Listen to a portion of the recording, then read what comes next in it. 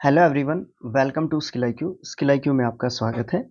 हम कर रहे थे हमारी SP Bakshi English grammar book और चैप्टर नंबर 8 और पार्ट भी 8 ही हमारा है। One video one part. Okay, तो वर्ब, जिसमें हम वर्ब की बात करेंगे।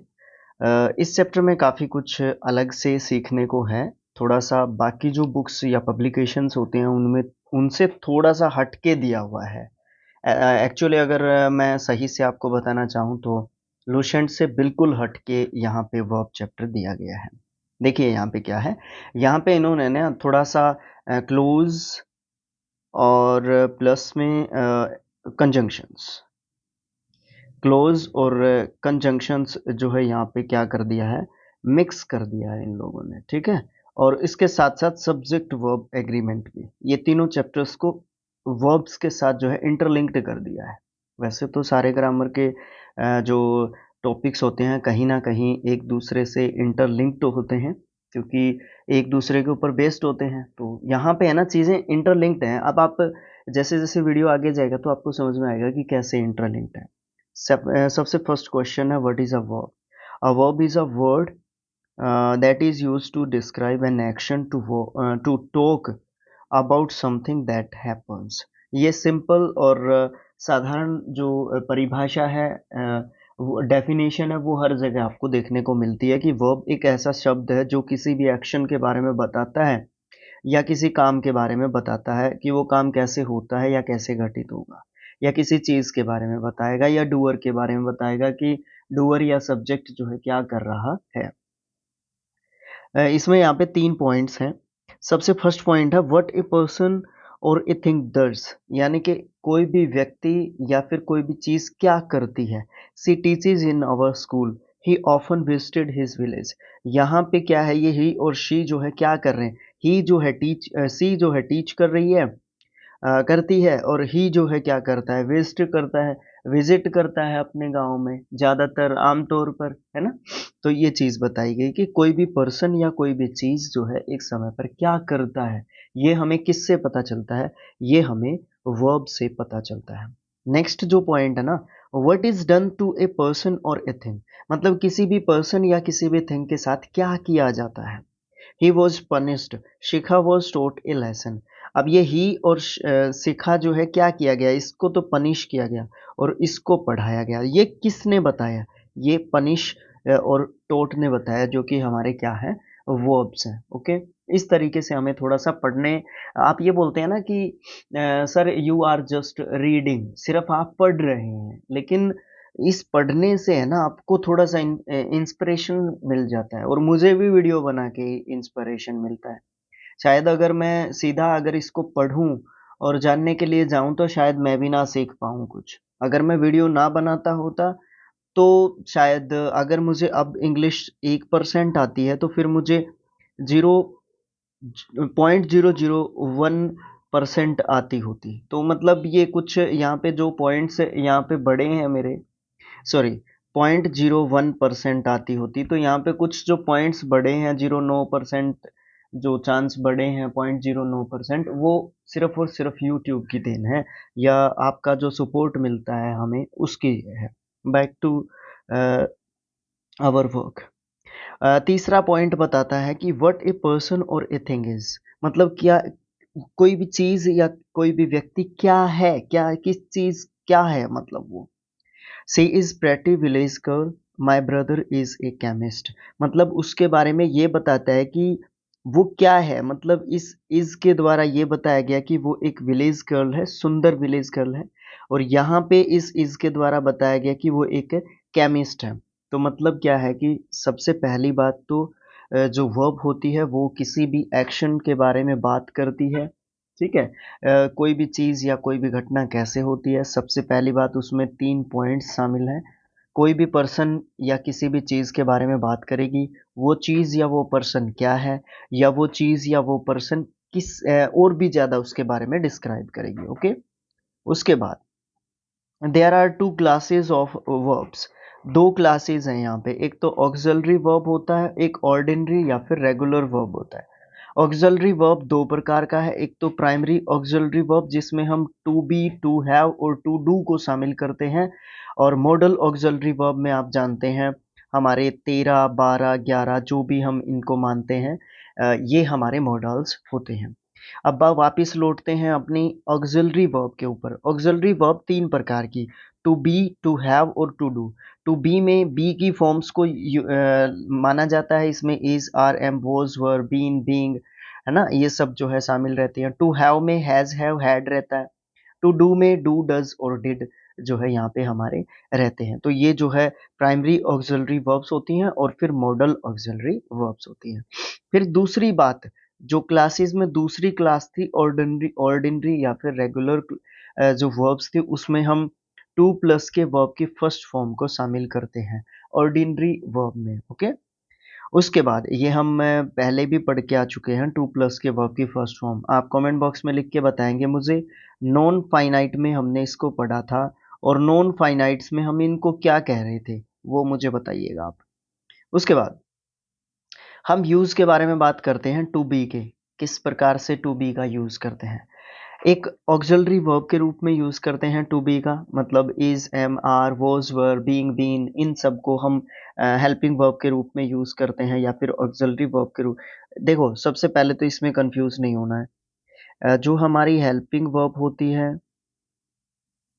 या फिर हमारी ऑक्सिलरी वर्ब होती हैं वो सेम ही बात होती है, ठीक है, सेम ही बात होती है।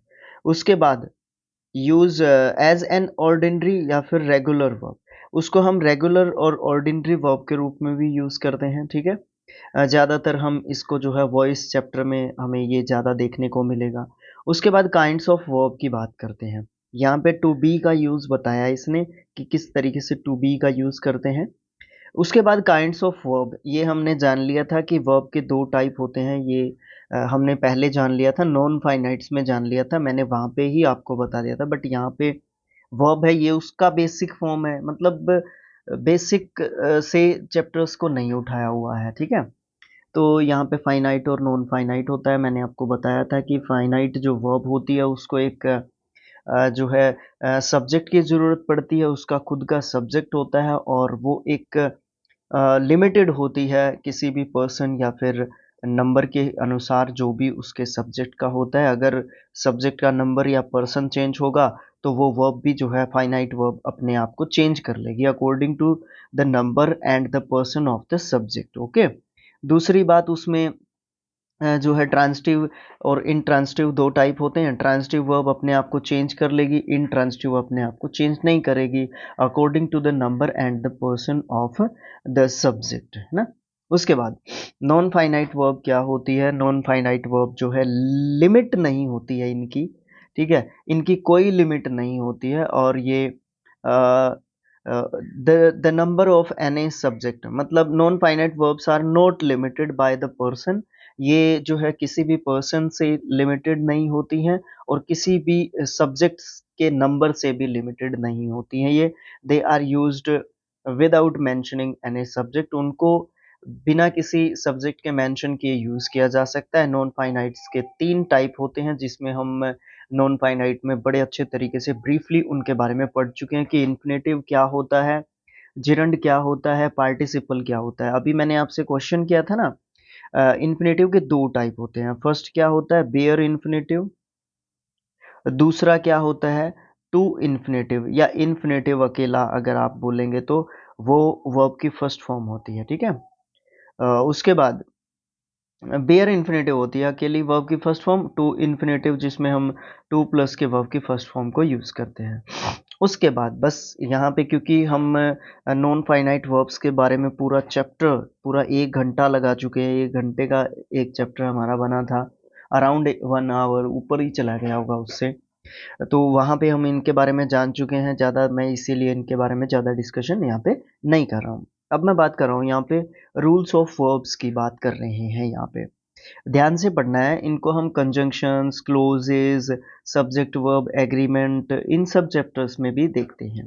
ओके, देखिए व्हेन टू और more subjects are joined by these words, या जो डार्क कर रखे हैं, as well as, like, unlike, besides, in addition to, with, together with, along with, and not, rather than, no less than, except, nothing but, more than one, इन सब के साथ जब हम ज्वाइन करते हैं तो वर्ब जो है हम किसके अनुसार लेते हैं, इनके साथ मिलते हैं आपको दो सब्जेक्ट। यहाँ पे बताया ही है दो और मोर, टू और मोर सब्जेक्ट्स, मतलब दो या दो से ज़्यादा सब्जेक्ट्स को जब हम जोड़ते हैं इन सब के साथ। क्योंकि इन सब के साथ मैंने क्यों कहा, क्योंकि इसमें कुछ कंजंक्शंस हैं, कुछ वर्ब्स हैं, कुछ प्रेपोजिशंस हैं, तो इन इसलिए मैंने इन सबको क्या कहा, वर्ड्स का नाम दिया, शब्दों का नाम दिया। ठीक है, तो जो भी इनके पास पहला सब्जेक्ट होता है, वर्ब हम उसके अनुसार यूज करते हैं। एक दो एग्जांपल्स देखें तभी बड़े अच्छे तरीके से समझ में आएगा। The director as well as the dancers were honoured by the public. अब यहाँ पे है ना, हम सबसे बड़ी गलती करेंगे, कॉमन एरर में आ जाए ये सेंटेंस, यहाँ से यहाँ तक, उसके बाद यहाँ तक दे दे, ये चार पोर्शन हमें दे दिए, तो ये कह दे कि हमें गलती बताओ इसमें कहाँ पे है। हम इसको कह देंगे कि नो एरर है इसमें, जो यहाँ पे नो एरर का ऑप्शन है ना, उसको क्लिक करके और हम आगे चले जाएंगे। हम ये देखेंगे ही नहीं कि एज वेल एज के साथ जुड़ा हुआ है, तो पहले वाले सब्जेक्ट के अकॉर्डिंग जो है हमारी वर्ब आनी चाहिए। ये चीज भाई, ये चीज आपको एक्सप्लेनेशन में लिखी हुई नहीं मिलती, ये आपको है ना पढ़ के गेन करनी पड़ती हैं ऐसी चीजें। अब जब आप बार बार चीजों को पढ़ते रहेंगे, एक बार एक चीज पॉजिटिव निकलेगी, एक बार दूसरी चीज निकलेगी, एक बार तीसरी चीज निकलेगी, और जब भी आप बार बार उसको करते रहेंगे, उसमें टक्कर मारते रहेंगे, तो आप चीजों को जरूर सीखेंगे, डेफिनेटली सीखेंगे। ऐसी कोई बात नहीं है कि आप बार बार चीजों को सीखेंगे नहीं। तो यहाँ पे वॉज आना चाहिए, वर नहीं आना चाहिए यहाँ पे। क्यों? क्योंकि एज वेल एज के साथ जुड़ा हुआ है, और यहाँ पे दो सब्जेक्ट्स हैं, द डायरेक्टर और एज वेल एज के बाद है द डांसर्स, टीचर्स नहीं है। तो इसने है ना डांसर्स के अकॉर्डिंग लगा दिया, तो नहीं लगा सकते आप डांसर्स के अकॉर्डिंग, क्योंकि ये रूल बताता है हमें। ठीक है, तो आप पहले वाला सब्जेक्ट क्या है, अगर यहाँ पे प्लूरल होता तो यहाँ पे प्लूरल वर्ब होगी, कोई दिक्कत नहीं है। मेरे ख्याल से आप इस रूल को बड़े अच्छे तरीके से समझ गए होंगे। दूसरा एग्जाम्पल भी बताने की जरूरत मुझे महसूस नहीं हो रही है। अगर अब भी आपको प्रॉब्लम आती है, हर वीडियो में बोलता हूँ मैं आपको, डिस्क्रिप्शन बॉक्स में लगा हुआ होगा, क्योंकि कई बार है ना डिस्क्रिप्शन लगाते नहीं हैं, 2-3 दिन के बाद लगाते हैं। तो और किसी वीडियो के नीचे डिस्क्रिप्शन बॉक्स में देख लीजिएगा, आपको व्हाट्सएप नंबर मिल जाएगा, व्हाट्सएप चैनल का लिंक मिल जाएगा, उसको ज्वाइन कर सकते हैं, मैसेज कर सकते हैं। दो नंबर्स मिलेंगे, उनमें से किसी पे भी अपना नाम लेके आप मैसेज कर दें कि मैं ये हूँ, यहाँ से हूँ, सर मुझे इस चीज़ का सॉल्यूशन चाहिए, ये चीज़ मुझे समझ में नहीं आई थी। ये सब चीज़ें आप कर सकते हैं। हम कमेंट बॉक्स को देखते हैं, व्हाट्सएप पे देखते हैं, डायरेक्ट कॉल मत कीजिएगा, बट आप मैसेज करेंगे तो हम कॉल पे भी बात कर लेते हैं, ऐसी कोई बात नहीं है। ठीक है, देखिए रूल नंबर सेकंड की बात करते हैं। व्हेन टू और more subjects are connected by not only but also, neither nor, either or, none but, the verb according to the nearest subject. यहाँ पे चेंज आ गया, neither the students nor their guide were found present in the common room, है ना। तो यहाँ पे हम जो है क्या करेंगे, यहाँ पे हम देखेंगे कि नियरेस्ट जो सब्जेक्ट है वो क्या कह रहा है, उसके अकॉर्डिंग देखते हैं हम। ठीक है, देखो इसमें हम जो है देखते हैं नाइदर द स्टूडेंट्स। अब यहाँ पे सबसे पहले तो नाइदर है, क्योंकि अच्छे तरीके से ही कर लेते हैं। उसके बाद नोर दे रखा है, यहाँ पे आपको सब्जेक्ट देखने को मिलेगा, एक यहाँ पे सब्जेक्ट देखने को मिलेगा। ठीक है, उसके बाद जो नोर के बाद सब्जेक्ट होगा, अब ये वाला सब्जेक्ट नहीं देखना है, जो नोर के बाद सब्जेक्ट होगा अगर वो सिंगुलर है तो उसके साथ आप सिंगुलर वर्ब का यूज करेंगे। अगर वो सब्जेक्ट प्लूरल है तो आप उसके साथ प्लूरल वर्ब का यूज करेंगे, बस इतनी सी बात है। नाइदर द स्टूडेंट्स लिख के इसने आर वर लगा रखा है, गलत बात। देयर गाइड, उनका गाइड, इस देयर को देख के भैया प्लूरल मत समझ लेना। देयर गाइड, उनका गाइड, गाइड तो एक ही बंदा है ना, देयर गाइड्स नहीं लिख रखा है ना। तो ये चीज जो है समझनी है। तो यहाँ पे वर्क की जगह पे वॉज हो जाएगा, जो कि इसने हिंट में भी बताया है, use was in place of were. उसके बाद आप ये सारे एग्जांपल्स पढ़ के देख सकते हैं। अगर कोई प्रॉब्लम आती है तो हमें फ्रीक्वेंटली आप हमें बता सकते हैं। रूल नंबर 3 की बात करेंगे, नाइदर आइदर। भैया ये समझने की कोशिश करना, नाइदर के साथ नोर दे रखा हो, आइदर के साथ और दे रखा हो, ये पेयर्स होते हैं, नॉट ओनली बट ऑल्सो। लेकिन जब अकेले नाइदर और आइदर दिए हुए हैं तो अलग कहानी होती है। Neither, either, none, anyone, each, every used as pronoun or adjective should be followed by third person singular verbs। यहाँ पे है ना, इनको हम देखो, ये प्रोनाउन का काम भी करते हैं, ये एडजेक्टिव्स का काम भी करते हैं, ये कनेक्टर्स का काम भी करते हैं। ठीक है, अब ये चीज देखनी है, जब ये कनेक्टर्स का काम नहीं कर रहे हो, या तो प्रोनाउन का कर रहे हो या फिर एडजेक्टिव का काम कर रहे हो, दोनों में से किसी भी एक का काम कर रहे हो, तो क्या करना है, जो हमारी वर्ब होगी वो थर्ड पर्सन सिंगुलर के हिसाब से जो है हमने लगानी है, मान के चलना है वहां पे। अब देखो एग्जांपल्स के जरिए हमें समझ में आएगी ये चीज। नाइदर ऑफ टू बॉयज, अब यहाँ पे देखने का ये मिलता है, यहाँ पे नाइदर या फिर आइदर होगा तो उसके बाद ऑफ और उसके बाद द मिलेगा, यहाँ पे आर्टिकल द की बात भी आ जाती है, और उसके बाद आपको मिलता है प्लूरल नाउन, कंफ्यूज करने के लिए, और ये पूरा मिलता है सब्जेक्ट के रूप में। उसके बाद आपको प्लूरल वर्ब का यूज नहीं करना है, आपको सिंगुलर वर्ब का यूज करना है। पूरा एग्जांपल देखिए, neither of the two boys have done it, have नहीं हैज डन इट आपने लिखना है। ठीक है, इसी प्रकार से दूसरा एग्जांपल भी देख लीजिए, ईच ऑफ द स्टूडेंट्स, यहाँ पे आपको प्लूरल नाउन मिलेगा। जब आपको किसमें क्या बोलते हैं, कॉमन एरर्स में आपको क्वेश्चंस देखने को मिलते हैं, तो यहाँ पे सिंगुलर दे देगा, यहाँ पे आ या एन दे देगा, है ना, इस तरीके से दे देगा चीजें, यहाँ पे आइदर नाइदर कुछ और लिख के दे देगा, यहाँ पे इज लिख के दे देगा, है ना, इस तरीके से कॉमन एरर्स में चीजें पूछता है, तो वो चीजें हमें ध्यान में रखनी होगी। Each of the students are obedient नहीं, इज ओबीडियंट यहाँ पे होगा। नेक्स्ट जो पॉइंट है यहाँ पे इसी में दे रखा है, when none is used with countable nouns, जब none को काउंटेबल नाउन के साथ यूज किया जाता है, सिंगुलर और प्लूरल वर्ब्स को यूज किया जा सकता है, दोनों में से कोई भी लगा दो वो सही रहेगा। अगर आप अनकाउंटेबल नाउन का यूज करेंगे, देखो काउंटेबल नाउन में सिंगुलर और प्लूरल नन के साथ काम करेगी, बट जब अनकाउंटेबल नाउन होगा तो only singular verb is correct. Example के तौर पे देखें आप, none of the boys, has लगा दो या हैव लगा दो, दोनों सही हैं। डन होमवर्क, ये बिल्कुल सही सेंटेंस है। None of the work is completed, अब यहाँ पे द बॉयज ये क्या है, काउंटेबल नाउन है, लेकिन यहाँ पे वर्क क्या है, ये अनकाउंटेबल जो है हमारा नाउन है, तो अनकाउंटेबल के साथ आपने सिंगुलर वर्ब का यूज करना है, और काउंटेबल नाउन के साथ आप प्लूरल वर्ब का यूज कर दो या सिंगुलर वर्ब का यूज कर दो, दोनों ही ठीक होंगे।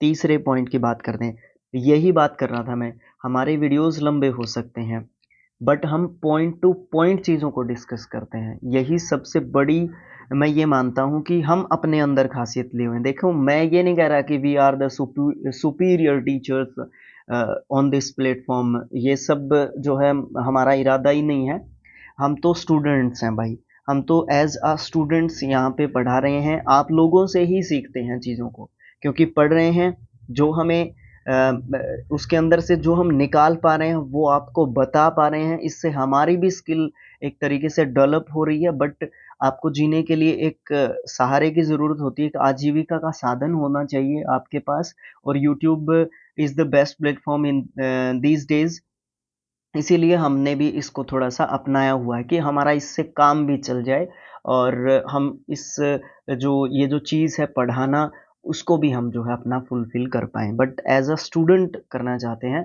नॉट अ टीचर या सुपीरियर, इस तरीके की चीज़ें।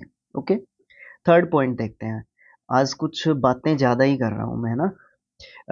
व्हेन ईच इज यूज्ड, अब स्पेशली ये बातों के लिए सेशन रखते हैं तो आप लोग लाइव नहीं आते हैं, समस्या ये हो जाती है, और जब बातें कहाँ से निकलती है, पढ़ाते हैं तब भी बातें निकल के आती हैं, या एग्जाम्पल से हो गया, कहीं पे मन लगा हुआ वहाँ पे जो है इंस्पिरेशनल चीज़ निकल के आ जाती है, वर्ड्स को बताने की थोड़ी सी वो हो जाती है, तो वहाँ से कई बार बातें निकलती हैं। अब स्पेशली इसके लिए मैं वीडियो कैसे बनाऊँ कि इस बात को, ये बात वहाँ पे आई थी और मैं उसके लिए वीडियो बना के अलग से डाल दूँ, तो वहाँ पे हो ही नहीं पाएगा, यहीं पे होगा। चलो फोकस करते हैं। When each is used after the subject, जब each को सब्जेक्ट के बाद में यूज किया जाता है तो वर्ब जो है प्लूरल यूज की जाएगी। ठीक है, जैसे we each have taken, we each is taken नहीं होगा। They each are honest, they each is honest बिल्कुल भी नहीं होगा। रूल नंबर 4 की तरफ मूव करते हैं। तो देखिए rule number 4, when plural nouns explain specific amount, sum, distance, quantity, time, period. जब किसी भी प्लूरल नाउन से हमें यह पता चलता है कि amount, sum, distance, quantity, time या फिर पीरियड की बात की जाती है, तो as a whole the verb should be singular. उसको पूरे के एक माप के रूप में उसको माना जाता है, एक यूनिट के रूप में उसको माना जाता है। और जब वो सब्जेक्ट के रूप में आता है, ठीक है, तो उसके साथ जो है सिंगुलर वर्ब का यूज किया जाता है। ये हमें आर्टिकल्स में देखने को मिलती है चीज। 4 माइल्स, यहाँ पे आर नहीं होगा, इज होगा। 4 माइल्स की बात कर रहा है, 4 मील की बात कर रहा है, 4 मील। ठीक है, तो ये चीज़ जो है ध्यान में रखनी है। यहाँ पे माइल्स का देख के, प्लूरल नाउन देख के आप ये नहीं लगा सकते कि आप यहाँ पे इज लगा देंगे। ठीक है, तो ये जो है चीज़ देखने की, समझने की है। रूल नंबर 5 की बात करें, द एक्सप्रेशन मैनी आ या मैनी एन, ये आ या एन डिपेंड करता है उसके बाद जो सिंगुलर नाउन या सिंगुलर नाउन जो आता है ना उसके बाद, वो किस प्रकार का है, कि उसके साथ आर्टिकल आ लगेगा या एन लगेगा। ठीक है, मोर देन वन, ये दोनों में से कोई एक आता है, should be followed by a singular noun and a singular verb. Many accidents have recently taken, यहाँ पे बिल्कुल सही बात है। मैनी एक्सीडेंट्स, अब यहाँ पे देखो मैनी के बाद है ना, ये चीज़ें समझने की हैं भैया, ये जनरल सी चीज़ें हैं। बट आप लोग ये बोल देते हैं कि आप जो है सिर्फ रीड कर रहे हैं, लेकिन यहाँ पे ये चीज़ें समझने की हैं। हम यहाँ पे टाइम लगा रहे हैं इस चीज़ के ऊपर, तो इसका मतलब कुछ ना कुछ यहाँ पे बात भी है। कुछ पढ़ा तो एक 15-20 मिनट में लेसन पढ़ देते होंगे आप, आधे घंटे में पढ़ देते होंगे, वो सबका अपना अपना टाइम होता है। बट वीडियो पे 1 घंटा लग रहा है, ऐसा क्यों है? क्योंकि एक एक पॉइंट पढ़ना भी है, उसको एक्सप्लेन भी करना है अपनी तरफ से, और अपना बेस्ट देना है कि आपको समझ में भी आए, है ना। तो यहाँ पे देखो मैनी के साथ क्या प्रॉब्लम होती है। मैनी के बाद जब प्लूरल नाउन आया तो ये पूरा सब्जेक्ट हो जाता है प्लूरल सब्जेक्ट, और इसके साथ आती है प्लूरल वर्ब। ये तो एक सिचुएशन है। अब दूसरी बात आती है, मैनी के बाद या तो ए आया या एन आया, उसके बाद आएगा सिंगुलर सब्जेक्ट, फिर वो सब्जेक्ट के रूप में आया तो उसके साथ वर्ब होगी सिंगुलर यूज। ठीक है, ये चीज ध्यान रखने की है।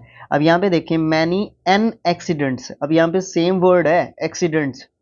ठीक है, मैनी एन एक्सीडेंट्स यहाँ पे कर दिया, तो मतलब यहाँ पे क्या है कि मैनी एन एक्सीडेंट होगा, यहाँ पे एक्सीडेंट्स नहीं होगा, पहली बात तो ये है। और फिर यहाँ पे हैव नहीं होगा, यहाँ पे फिर क्या हो जाएगा, has. Many an accident has recently taken place है। देखो सेंटेंस बिल्कुल सेम सेम सा है, लेकिन डिफरेंस बहुत क्रिएट कर रहा है। अब आगे देखिए रूल नंबर 6, इन ए कंपाउंड सेंटेंस। अब आपको कंपाउंड सेंटेंस के बारे में पता होना चाहिए। हम डिस्कस कर चुके हैं इसके बारे में, अगर आप फॉलो कर रहे हैं चीज़ों को तो। ठीक है, हम इसके बारे में डिस्कस कर चुके हैं बहुत अच्छे तरीके से चैप्टर्स, लास्ट चैप्टर्स में। ठीक है, तो कंपाउंड सेंटेंस क्या होते हैं, चलो थोड़ा थोड़ा मैं याद दिला देता हूँ। जब दो या दो से ज़्यादा प्रिंसिपल क्लोज होते हैं प्लस वन सुबॉर्डिनेट या फिर डिपेंडेंट क्लोज होता है। यहाँ पे प्रिंसिपल क्लोज को मेन क्लोज भी बोलते हैं। ओके, तो वहाँ पे एक कंजंक्शन की जरूरत पड़ती है इन दोनों सेंटेंसेस को जोड़ने के लिए। वहाँ पे कंजंक्शन कोऑर्डिनेटिंग कंजंक्शन से इन सेंटेंसेस को जोड़ा जाता है। ये पूरी कथा जो बनती है, ये कंपाउंड सेंटेंस बनते हैं। समझ गए आप इस चीज को? ठीक है, समझ गए ना। तो ये जो पूरी कथा बनती है वो क्या बनती है, कंपाउंड सेंटेंस जो है यहाँ पे बनता है। यहाँ पे कंपाउंड कंजंक्शंस की, कोऑर्डिनेटिंग कंजंक्शंस की आप बात करेंगे तो एंड होती है, बट होती है, ठीक है, सो हो जाती है, और होती है, और भी बहुत सारी होती हैं। एज वेल एज आया था ना पीछे, वो भी एक जो है कोऑर्डिनेटिंग कंजंक्शन होती है। कोऑर्डिनेटिंग कंजंक्शन से हम कंपाउंड सेंटेंसेस को जोड़ते हैं। दो या दो से ज़्यादा प्रिंसिपल क्लोज या फिर मेन क्लोज, और प्लस के वन सुबॉर्डिनेट क्लोज या फिर डिपेंडेंट क्लोज जो है होता है। अब ज़्यादा टाइम मैं इस पर नहीं लगाना चाहूँगा। तो एक कंपाउंड सेंटेंस में both auxiliary verbs and principal verbs should be mentioned separately. जब एक कंपाउंड सेंटेंस में प्रिंसिपल वर्ब और जो मेन वर्ब होती है, सॉरी ऑक्सिलरी वर्ब होती है, वो जो है अलग अलग सेपरेटली जो है मेंशन की जाती है। If they differ in number, form और वॉइस, अगर वो नंबर, फॉर्म या फिर वॉइस में अलग अलग दिखाई जा रही हैं, अलग अलग separately, in such cases one verb cannot act for both clauses. इस सिचुएशन में एक ही वर्ब दोनों के लिए, डिपेंडेंट क्लोज के लिए या सुबॉर्डिनेट क्लोज के लिए भी, प्रिंसिपल या फिर मेन क्लोज के लिए काम नहीं कर सकती। उन दोनों को क्या चाहिएगी, अलग अलग वर्ब जो है चाहिएगी। एग्जाम्पल से समझ में आएगा बड़े अच्छे तरीके से, ठीक है।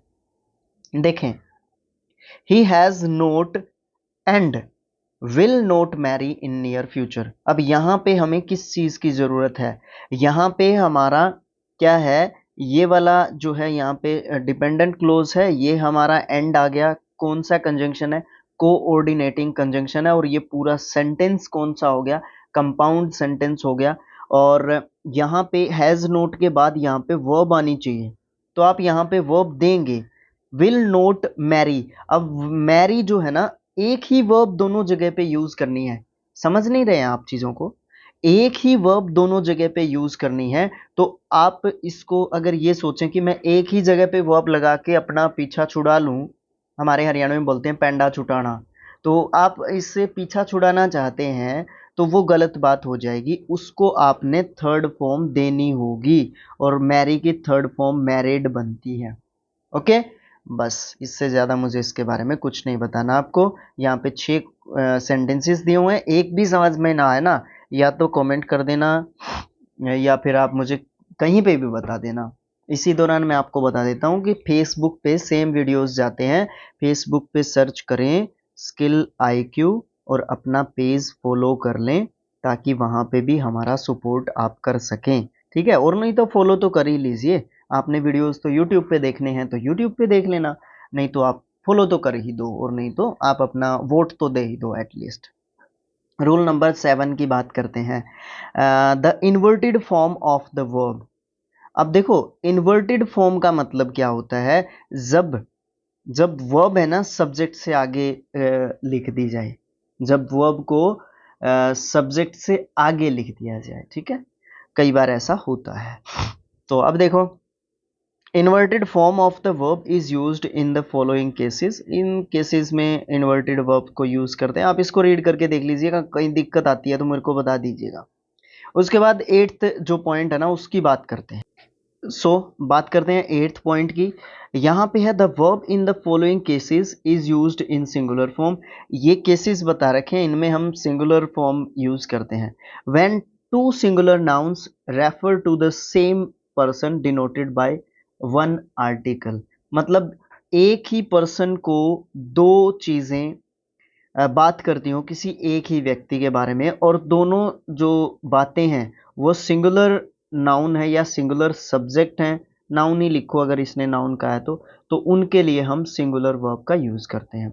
दूसरी बात, इन सर्टन फ्रेजेस और idiomatic pairs of words suggesting the same meaning दो नॉट सिनोनिम्स। मतलब कुछ ऐसे फ्रेजेस या फिर इडियोमेटिक पेयर्स होते हैं वर्ड्स के जो सजेस्ट करते हैं सेम मीनिंग को, तो उस सिचुएशन में भी हम वर्ब की सिंगुलर फॉर्म का यूज करते हैं। जैसे कि the collector and district magistrate are on a visit on the tehsil today. अब यहाँ पे ये आर्टिकल में भी काम करती है ये चीज, दो सब्जेक्ट्स सिंगुलर वो भी एंड से जुड़े हों, और पहले सब्जेक्ट के पहले आर्टिकल दा लगा हो, और दूसरे सब्जेक्ट के बाद में पहले पहले बाद में नहीं, एंड के बाद में कहने की कोशिश कर रहा था मैं, या तो यहाँ पे पॉजेसिव एडजेक्टिव हो या फिर यहाँ पे आर्टिकल द हो, तो वो पूरा सब्जेक्ट क्या हो जाएगा, प्लूरल हो जाएगा। अगर यहाँ पे पॉजेसिव एडजेक्टिव या फिर क्या बोलते हैं, या फिर हमारा उसको क्या बोलते हैं, या फिर हमारा हाँ सिंगुलर नाउन, यार सिंगुलर नाउन, उससे पहले अगर आर्टिकल नहीं लगाया गया है तो हम क्या करेंगे, उसको जो है सिंगुलर सब्जेक्ट मानेंगे, और उसके साथ हम क्या करेंगे, सॉरी मैंने उल्टा बोल दिया, अगर दोनों के पहले कुछ लगा हुआ है, कुछ लगा हुआ इन द सेंस पहले तो द आर्टिकल लगा हुआ है, यहाँ पे तो मिलेगा ही मिलेगा। यहाँ पे अगर आपको मिलता है तो वो एक ही अलग अलग व्यक्ति हैं, तो वहां पे प्लूरल वर्ब आएगा। अगर यहाँ पे कुछ भी आर्टिकल या पजेसिव एडजेक्टिव नहीं दिया हुआ तो ये आर गलत है, यहाँ पे इज आ जाएगा। ठीक है, बस ये बात कहने की बोल रहा था मैं आपको।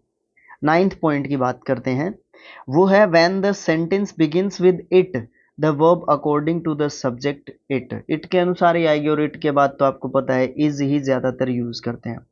दूसरा पॉइंट इसके अंदर सब पॉइंट है, in the case of sentence beginning with their and interrogative pronounce, जब देयर या फिर इंटेरोगेटिव प्रोनाउंस से शुरुआत होती है सेंटेंस की, तो वर्ब जो है अकॉर्डिंग टू द प्रेडिकेट या फिर कॉम्प्लीमेंट आती है। अब देखो, एक सेंटेंस में एक होता है सब्जेक्ट और उसके बाद होता है प्रेडिकेट। ठीक है, तो उस प्रेडिकेट के अनुसार जो है वर्ब का यूज किया जाता है।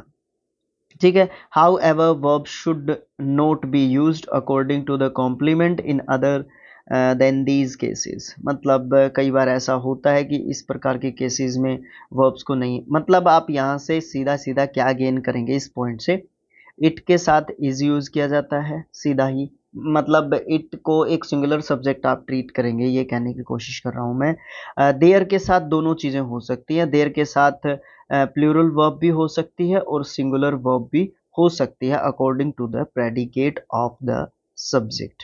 रूल नंबर 10 की बात करेंगे आप यहाँ पे। ठीक है, ए सिंगुलर और a plural verb with the nouns in the following cases is used according to the sense which they convey। मतलब सिंगुलर या प्लूरल वर्ब कैसे यूज की जाएगी कुछ नाउन्स के साथ जो कि इस प्रकार के केसेस हों जब वो ये सेंस निकालते हों। सबसे पहली बात तो उनका नंबर प्लूरल हो या सिंगुलर हो, सिंगुलर होगा तो सिंगुलर, प्लूरल होगा तो प्लूरल। अगर उनका मीनिंग सिंगुलर होगा तो सिंगुलर, प्लूरल होगा तो plural. Variety, plenty, rest, deal of, a lot of, lot of को लॉट्स ऑफ प्लूरल फॉर्म में लिखते हैं।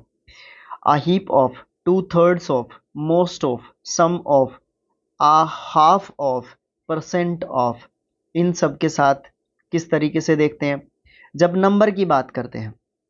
अब ये इनको एक्सप्लेन कर रखा है। A large number of boys were absent on account of bad weather. अब यहाँ पे the number of admissions have gradually fallen of.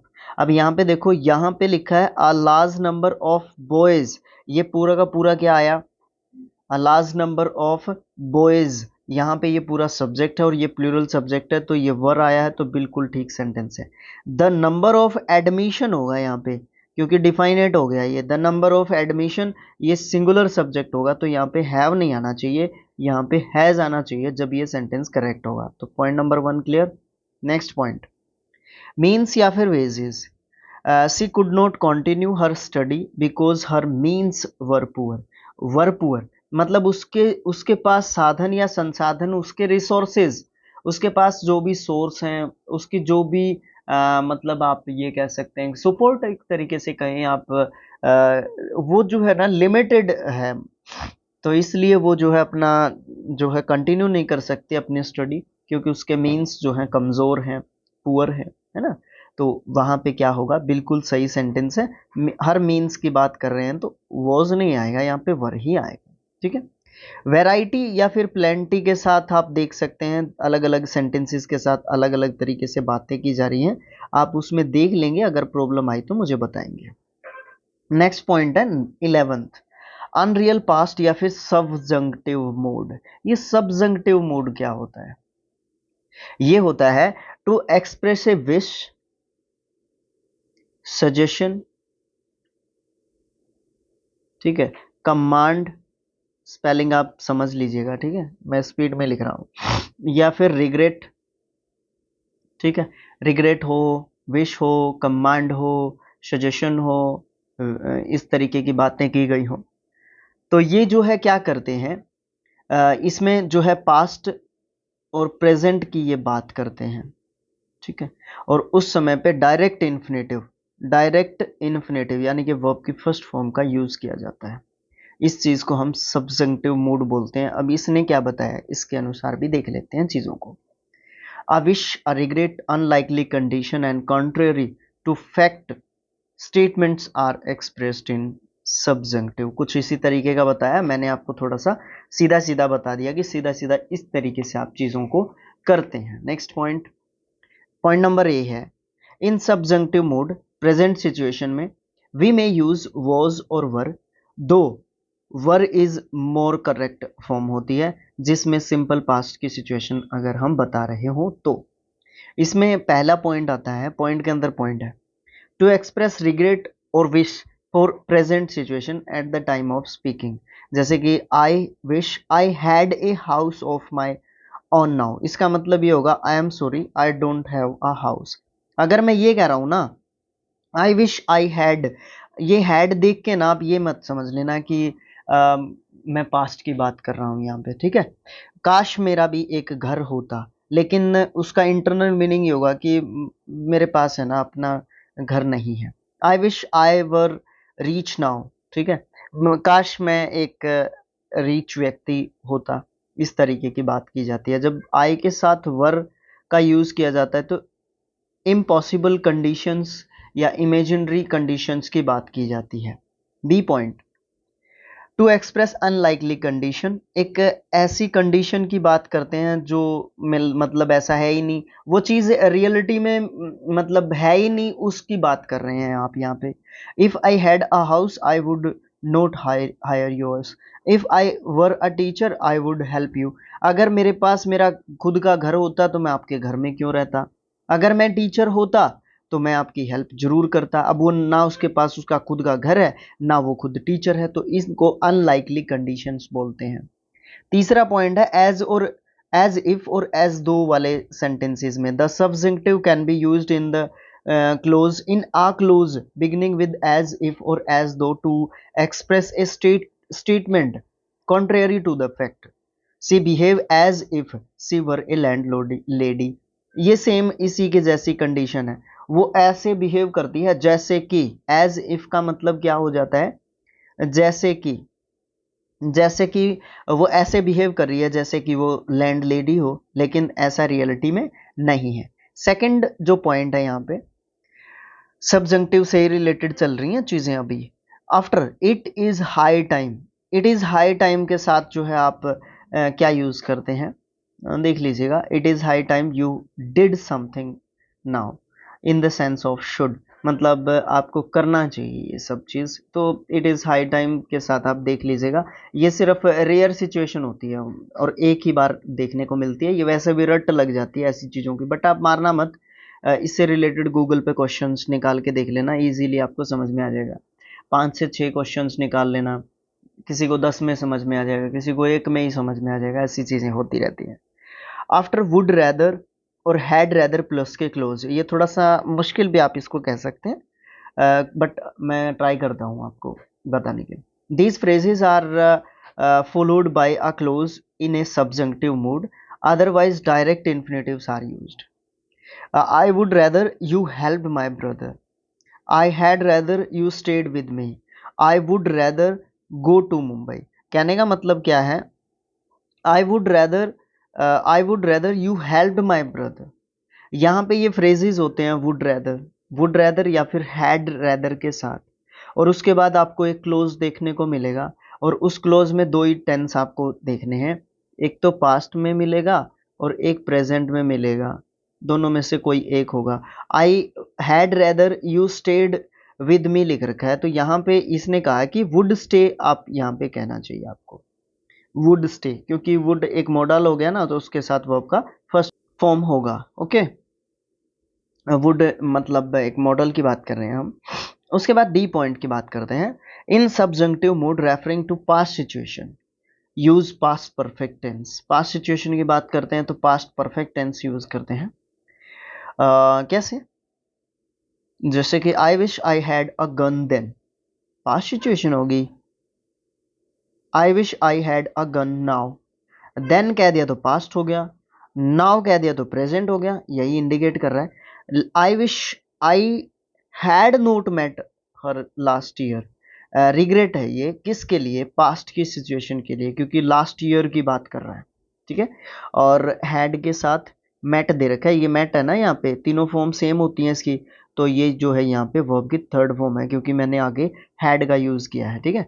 वैसे यहाँ पे भी हैड का साथ गन का यूज़, नहीं नहीं नहीं नहीं नहीं नहीं नहीं, ये गन यहाँ पे ऑब्जेक्ट है, ये यहाँ पे वर्ब के सेकंड फॉर्म का काम कर रहा है। लेकिन ऊपर वाले में प्रेजेंट, दूसरे वाले में प्रेजेंट सिचुएशन है, क्योंकि नाउ का यूज़ किया गया, तो यहाँ पे हैज़, हैव, हैड। हाँ हाँ हाँ हाँ, चलो आगे चलते हैं, कोई बात नहीं। रूल नंबर 12 की बात करते हैं, ठीक है। यहाँ पे है द यूज़ ऑफ कॉजिटिव। यहाँ पे मैंने कुछ कंफ्यूजन छोड़ दिया क्या? नहीं, कोई कंफ्यूजन नहीं है, कोई दिक्कत नहीं है। आई विश के साथ यूज़ कर रहे हैं आप हैड को, कोई दिक्कत नहीं है, बट ये प्रेजेंट सिचुएशन को नाउ से दिखाएगा और पास्ट सिचुएशन को देन से दिखाएगा, ठीक है। और यहाँ पे लास्ट ईयर मतलब पास्ट की बात कर रहे हैं, लेकिन यहाँ पे वर्ब की थर्ड फॉर्म भी इसने दी है, ठीक है। और बस यही है, कंफ्यूजन हो गया था मेरे को, क्योंकि हैव, हैड, हैड ऐसे होती है जब इसको वर्ब के रूप में यूज़ करते हैं, ठीक है। नेक्स्ट पॉइंट, 12th पॉइंट, ये देखिए, द कैजुएटिव वर्ब्स। सबसे पहले इसका मीनिंग जान लीजिए। एक चीज या फिर एक व्यक्ति, या तो कोई भी पर्सन है या फिर कोई भी थिंग है। अ पर्सन और अ थिंग, अनदर एक्शन, मतलब कोज है वो, उसका मतलब कारण बताती है यार, सीधा सीधा बात ये है। किसी भी पर्सन या किसी भी थिंग का कारण बताती है किसी भी चीज़ के ऊपर। इसमें कुछ वर्ब्स हैं जिनको आप बता सकते हैं कि वो कैजुएटिव वर्ब्स होती हैं, ये लिखी हुई हैं सामने आपके, मेक, गेट, हैव, कोज, ये सब जो है बता देती हैं। हेल्प भी आप इसमें शामिल कर सकते हैं, ठीक है, इसमें हेल्प भी शामिल कर सकते हैं आप वर्ब, ठीक है। इसमें लेट भी शामिल कर सकते हैं, आप ऐड करना चाहें तो गूगल करके देख लीजिएगा, और भी आपको बता देगा। फिर क्या होता है इनका, I made my friend write a letter, तो यहाँ पे आई मेड, यहाँ पे कारण बना था, I made my friend write a letter, तो मतलब यहाँ पे ये जो मेड है ना, मेक है, सेकंड पास्ट फॉर्म लिखा हुआ उसका, तो ये जो है कारण बता रहा है। आई मेड माई फ्रेंड, मैंने मेरे मित्र को बन कर दिया उसको इस लायक कि वो लेटर लिखे मुझे इस तरीके से। My friend was made to write a letter, मेरे फ्रेंड को बना दिया गया इस लायक कि वो लेटर लिखे। इसमें जो है पैसिव फॉर्म में एक तरीके से लिखा है ना, हाँ बिल्कुल, वॉज मेड लिखा है तो पैसिव फॉर्म में लिखा है।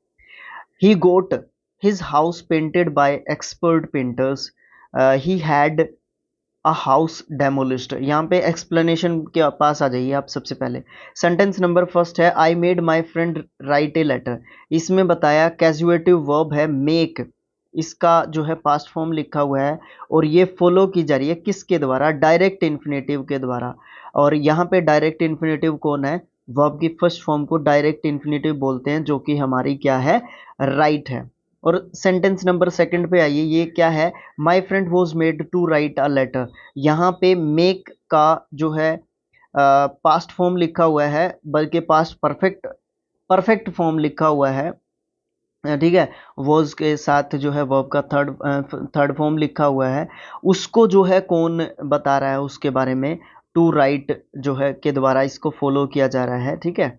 मेक को टू राइट के द्वारा फॉलो किया जा रहा है, और ये क्या है, ये पैसिव फॉर्म में, ये तो मैं पहले भी आपको बोल चुका था, ठीक है। उसके बाद but we can say they caused him to leave India, इस तरीके से भी बोल सकते हैं। ये हमें रूल नंबर 2 नॉन फाइनाइट के बी पार्ट में देखने को मिलेगा। वहां पे हम 2 और 4 के बारे में बात कर रहे थे, और मैंने यहाँ पे हिंट के रूप में लिखा हुआ है पेज नंबर 82, रूल नंबर 2 और पार्ट नंबर उसका बी, वहां पे जाके आप देख सकते हैं चीजों को, ठीक है। उसके बाद क्योंकि अब मैं वहां पे जाऊंगा तो वीडियो काफी लंबा चला जाएगा, वैसे भी पौने घंटे से ऊपर जा चुका है। बात करते हैं रूल नंबर 13 की, ठीक है। फिर क्या है, we when negative ideas are introduced in a noun clause, जब भी नाउन क्लोज के अंदर, आप noun clause, adjective clause, adverbial clause, इन सब के बारे में आपको इंट्रोडक्शन तो है ही, क्लोज नहीं बनाए तो एक अलग चीज है, बट इंट्रोडक्शन आपको इनका मिल चुका है। With the following verbs in principal close,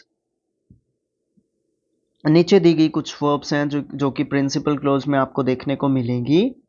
it is advisable, और ये एडवाइजेबल होता है to make principal clause in negative. वहां पे ये बात बिल्कुल सोच समझ के हिसाब से, ग्रामर के अकॉर्डिंग आपको है ना, जो प्रिंसिपल क्लोज है ना उसको नेगेटिव बना देना चाहिए। बस कहने का मतलब ये है, जब नेगेटिव आइडिया इंट्रोड्यूस किया जा रहा हो नाउन क्लोज के अंदर, और नीचे में दी गई वर्ब्स में से इमेजिन, थिंक, बिलीव, सपोज, इनमें से कोई वर्ब दी गई है, तो आप जो है क्या करें, प्रिंसिपल क्लोज को है ना क्या कर दें, नेगेटिव जो है एक तरीके से बना दें। This rule does not apply to I hope. I hope के ऊपर ये रूल जो है अप्लाई नहीं होता। But I don't think we he will pass. अब यहाँ पे इसको आप ये नहीं कह सकते I think he will not pass, मतलब मैं नहीं सोचता कि वो पास हो जाएगा, बट आई डोंट थिंक ये कहते हैं। ठीक है, ये हमारा प्रिंसिपल क्लोज है, ये हमारा सुबॉर्डिनेट क्लोज आप वैसे इसको कह सकते हैं, बट पूरा ही प्रिंसिपल क्लोज आप इसको कहोगे क्योंकि इसमें कहीं पे कंजंक्शन नहीं दिख रहा है मुझे। तो प्रिंसिपल क्लोज में जो है हमारा क्या हो रहा है, नहीं, उनमें क्या होता है, the following verbs with with the following verbs, imagine, think, believe. ठीक है, ठीक है, ठीक है, ठीक है, ठीक है, ठीक है। हाँ, वहां पे आप इन वर्ब्स को फॉलो नहीं करेंगे, इन वर्ब्स को फॉलो नहीं करेंगे, वहां पे आप इस तरीके से उसको क्या बना देंगे, नेगेटिव बना देंगे। ठीक है, उसके बाद दूसरा सेंटेंस और देख लो, और भी थोड़ा सा क्लियर हो जाएंगी चीजें। I don't suppose she will pass, इसको आप ये नहीं कहेंगे I suppose she will not pass, इसको आप नेगेटिव नहीं बनाएंगे, इसको नेगेटिव बनाएंगे। ठीक है, बस यही डिफरेंस है, इसीलिए नेगेटिव जो है दूसरे वाले पॉइंट्स जो है क्या हो रहे हैं, गलत साबित हो रहे हैं। रूल नंबर 14 की बात करते हैं, सेकंड लास्ट रूल है आज के सेशन का। 15th रूल में तो वर्ब से दी हुई हैं, उनको आप पढ़ लेंगे, उसमें मैं आपकी हेल्प नहीं कर सकता, इसमें ही मैं आपकी इतनी ही हेल्प कर सकता हूं। The position of the verb in the clause beginning with as या फिर देन, जिसमें भी पोजीशन की बात करें, अगर किसी भी क्लोज को स्टार्ट कर रहे हैं एज या फिर देन से, when the subject is hidden can be understood, जब सब्जेक्ट हिडन होता है, छुपा हुआ होता है, उसको अंडरस्टूड कर लिया जाता है through the examples given below. नीचे एग्जाम्पल्स दे रखें, इनके अंदर समझ के आप उस चीज को देखें। The guests came on time as were hoped, यहां पे भैया आप ये नहीं कहेंगे एज वर होप्ड, ठीक है, एज उसके बाद आप सब्जेक्ट मान के चलेंगे इट, और फिर इट के साथ यूज करेंगे आप सिंगुलर वर्ब। ये हम पीछे आज ही किया है, हमने 10-15 मिनट पहले ही किया होगा। ठीक है, आप यहाँ पे वर नहीं करेंगे। दूसरा जो एग्जाम्पल है ना उसको देखो, the guests came more in number, यहां पे मोर इन नंबर, नंबर की बात की जा रही है, और भी ज्यादा संख्या में। देन यहां पे एज की बजाय देन भी है, देन देन दे, यहां पे हम क्या कर लेंगे, अंडरस्टूड सब्जेक्ट होगा, उसके बाद दे के साथ आप प्लूरल सब्जेक्ट हो गया, तो प्लूरल वर्ब यूज करेंगे, वर्ज जो है यहाँ पे यूज ना करके हम वर यहाँ पे यूज करेंगे, है ना। इस तरीके से हम चीजों को समझ लेते हैं। दूसरा एग्जांपल आप देख लीजिएगा, वर्ब्स ऑफन कंफ्यूज्ड, यहाँ पे स्विंग कंफ्यूज करती है, स्वंग स्वंग होता है, रिंग रंग रंग होता है, स्टिंग स्टंग स्टंग होता है, फाइंड फाउंड फाउंड होता है, फाउंड फाउंडेड फाउंडेड होता है, फॉल फेल फॉलन होता है, be fall be fail be fallen होता है, ब्लो ब्लू ब्लोन होता है, स्ट्राइक स्ट्रक स्ट्रक होता है, सी शॉ शीन होता है।